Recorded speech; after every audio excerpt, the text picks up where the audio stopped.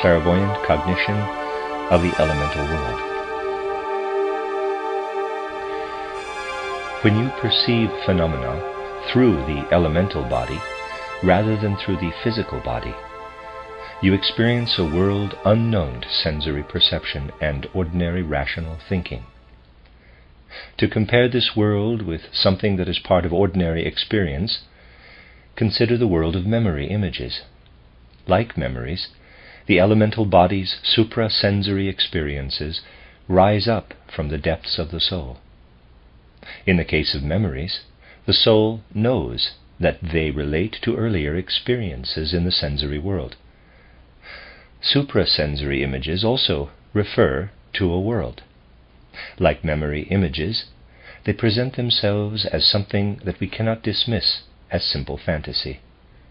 They are wrested from inner soul experiences, and at the same time reveal themselves as inner experiences that relate to something outer, in quotes. By means of memory images, something that we previously experienced becomes present in our soul. Through suprasensory images, likewise, what exists sometime or somewhere in the suprasensory world becomes inner soul experience. The very nature of these experiences is such that we can look upon them as communications from a suprasensory world unfolding within us. How far you are able to take suprasensory experience along these lines depends upon how energetically you pursue the strengthening of your soul life. It makes no difference whether you receive the idea that plants are more than what you see in the sensory world, or you receive a similar idea about the whole earth.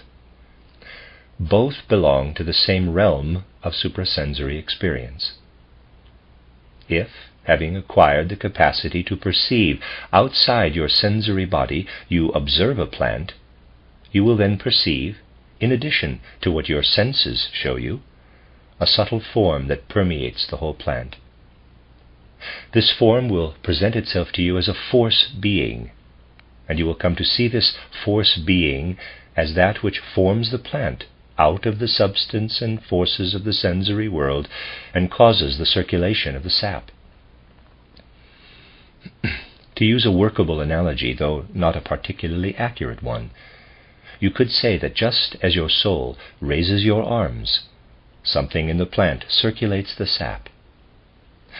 You see something, quote-unquote, inner in the plant, and you feel that this inner nature of the plant has a certain independence in relation to what your senses see in the plant. You also feel that this inner plant nature must exist prior to the sensory perceptible plant. From this point of view, you observe how a plant grows and wilts, how seeds sprout, and how out of them new plants form. The suprasensory form, quote-unquote, force form, is strongest in the observation of a plant seed. In a seed, the sensible component is rather simple and inconspicuous, but the suprasensory component is complex, embracing everything that from the suprasensory world collaborates in the structure and growth of the plant. Suprasensory observation of the whole earth, likewise, reveals a force being that you can know with certainty existed before anything sensory arose upon the earth. This enables you to experience the presence of the suprasensory forces that collaborated in the formation of the earth in ancient times. What we thus experience with regard to plants or to the earth may indifferently be called their etheric, elemental, essential being or body, just as we may call the body through which we perceive when out of the body our elemental or etheric body. As soon as we begin to develop faculties of suprasensory observation, we will begin to be able to see in the things and processes of the sensory world, in addition to the sensible characteristics that we perceive with our normal senses, certain elemental essential beings. We will then speak of the etheric body of plants or of the earth. But that kind of elemental being is certainly not the only suprasensory being that we can experience in this way. Having recognized that the etheric body of a plant forms the matter and forces of the sensory world and unfolds itself in a sensory body, we will also be in a position to observe beings that have an elemental existence without unfolding in a sensory body. In other words, for the observer of the suprasensory, they are purely elemental beings. Those who are able to observe in this way do not merely experience something added to the sensory world.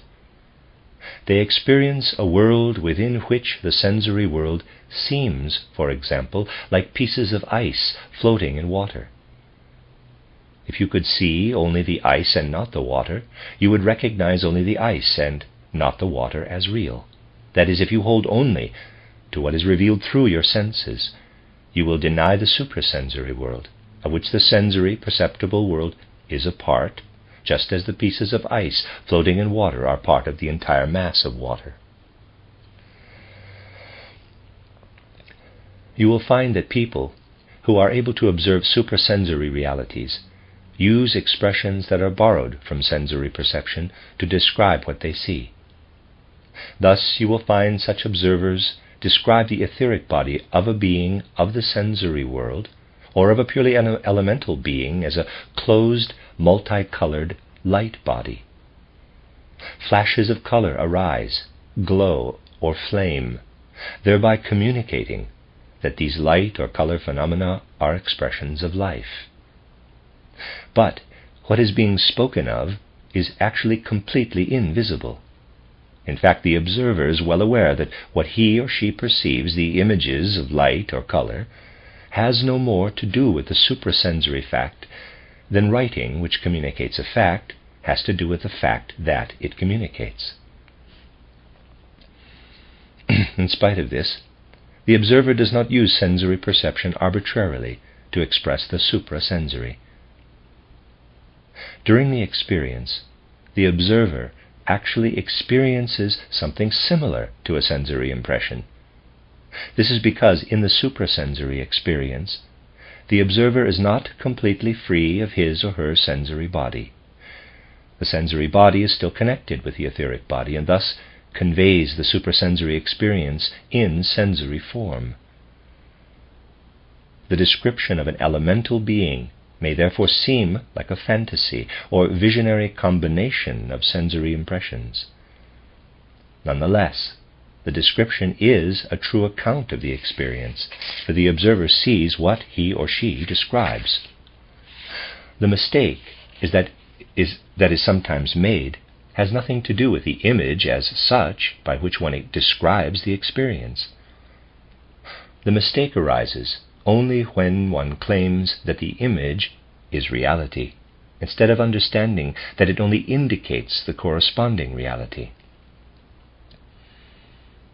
If someone born blind were to achieve the capacity described here, that person would not describe the elemental beings as, quote, flashing color phenomena, unquote. A blind person would describe things in terms of his or her experience. But for those of us who can see, descriptive expressions that speak of colors are perfectly appropriate. They enable us to communicate the sensation of what we have seen of the elemental world. This is true of how persons who are clairvoyant, as someone who can observe through the etheric body is called, communicate with those who are not clairvoyant, as well as for how clairvoyants reach a common understanding among themselves. In the sensory world, people live in sensory bodies. Thus their suprasensory observations are clothed in sensory perceptible forms. To express suprasensory observations through the sensory imagery engendered by them is a useful method of communication for people in earthly life. What is important is that those to whom such descriptions of suprasensory experience are addressed have an experience in their souls that stand in the right relationship to the facts described. Sensible images are used only so that something may be experienced through them. In fact, they could never happen in the actual sensory world as they are presented, which is their peculiarity and the reason why they call forth experiences unconnected with sensory perceptions. When you begin in clairvoyance, you will find it difficult to free yourself from using sensory images. As your ability increases, however, you will feel a need to devise more arbitrary forms of expression to recount what you saw. In that case, you will need to explain the particular signs or symbols that you use. The more the culture of our time demands that we make suprasensory insights known, the more apparent it will become that we must communicate these insights with the means of expression made available to us by everyday life in the sensible world. Suprasensory experiences can arise spontaneously and take a person by surprise. Those to whom this happens are then given an opportunity to learn something of the suprasensory world through their own experience, to the extent, at least, that they are graced by the light of the suprasensory world shining into their ordinary soul life. To produce clairvoyant observation from ordinary soul life at will, however, is a higher capacity. Achieving that capacity generally requires an energetic and continued inner strengthening of one's soul life. In this regard, much depends upon attaining a particular soul mood. A calm, detached relationship to the suprasensory world is necessary. Such a relationship is as far removed from the burning desire to experience as clearly as possible, as much as possible, of the suprasensory world, as it is from its opposite, disinterest in that world. Burning desire spreads a kind of invisible fog before our body-free gaze. Disinterest means that, though suprasensory things may actually reveal themselves, they are not noticed. This lack of interest sometimes manifests in an odd way. Many people quite honestly wish to experience clairvoyance, but unfortunately they begin with too definite a preconception of how such experiences should appear if they are to be recognized as genuine. When real experiences then happen, they slip past such people, who show no interest in them because they do not fit their preconceptions. Involuntarily produced clairvoyance. A moment comes in the course of the soul's inner activity, when one realizes, now I am experiencing something I have not experienced before. The experience is nothing specific. It is more of a general feeling that you are neither in the dualistic sensory outer world, nor within yourself, as you are during ordinary soul life. Inner and outer experience flow together into a state of consciousness previously unknown to you, a state you know you could not have had through ordinary sensory experience of the outer world of the senses, nor in ordinary feelings and memories. As you experience this state, you notice next something pushing into it from a hitherto unknown world. But you cannot create a picture of this unknown thing. You experience it, but you cannot represent it. You also have the feeling that the physical, sensible body acts as an obstacle to representing that which is pushing its way into your soul. But if you now continue your inner soul exertion, after a time you will feel that you have overcome the resistance of your body. Your physical apparatus for understanding was, until then, capable of creating only ideas connected with sensory experiences. It was at first unable to propose an image for what the suprasensory world sought to reveal. To do so, it had first to be developed. Just as children are surrounded by the outer world, but must have their intellectual apparatus prepared by that outer world in order to create ideas about it, So people in general are unable without preparation to form ideas regarding the suprasensory world. Beginning clairvoyants prepare their apparatus for forming ideas in much the same way as children do, but on a higher level. They allow strengthened and concentrated thoughts to act upon it. In this way, the apparatus is gradually transformed and becomes capable of taking the suprasensory world into the life of representation. You can feel how your soul activity works formatively on your body. At first, your body strongly resists the life of your soul. You experience your soul as a foreign body within you. Then you notice how your body is slowly adjusting to your soul experiences. Finally, just as you are unaware of your I, EYE, when looking at the world of color, you cease to feel your body when the suprasensory world appears before you. Before the soul can see into the suprasensory world, the body must become invisible, imperceptible. As a rule, once you have thus achieved a state of intentional clairvoyance, you will be able to produce the state by concentrating upon a thought that you can experience inwardly with special intensity. You will then find that dedicated concentration upon that thought produces clairvoyant activity. At first, you will not be in a position to determine exactly what you will see.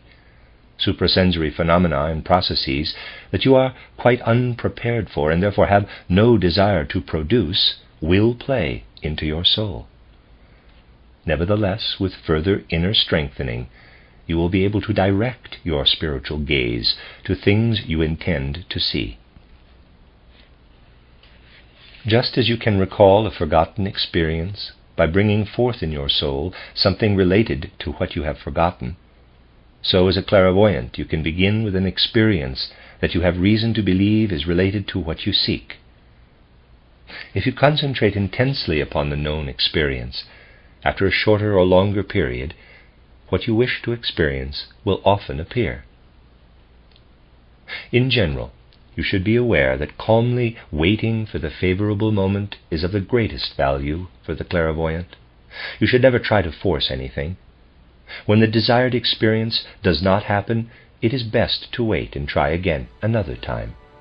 The human cognitive apparatus requires a calm ripening for particular experiences. Whoever lacks the patience to wait for such a ripening will have flawed or imprecise observations.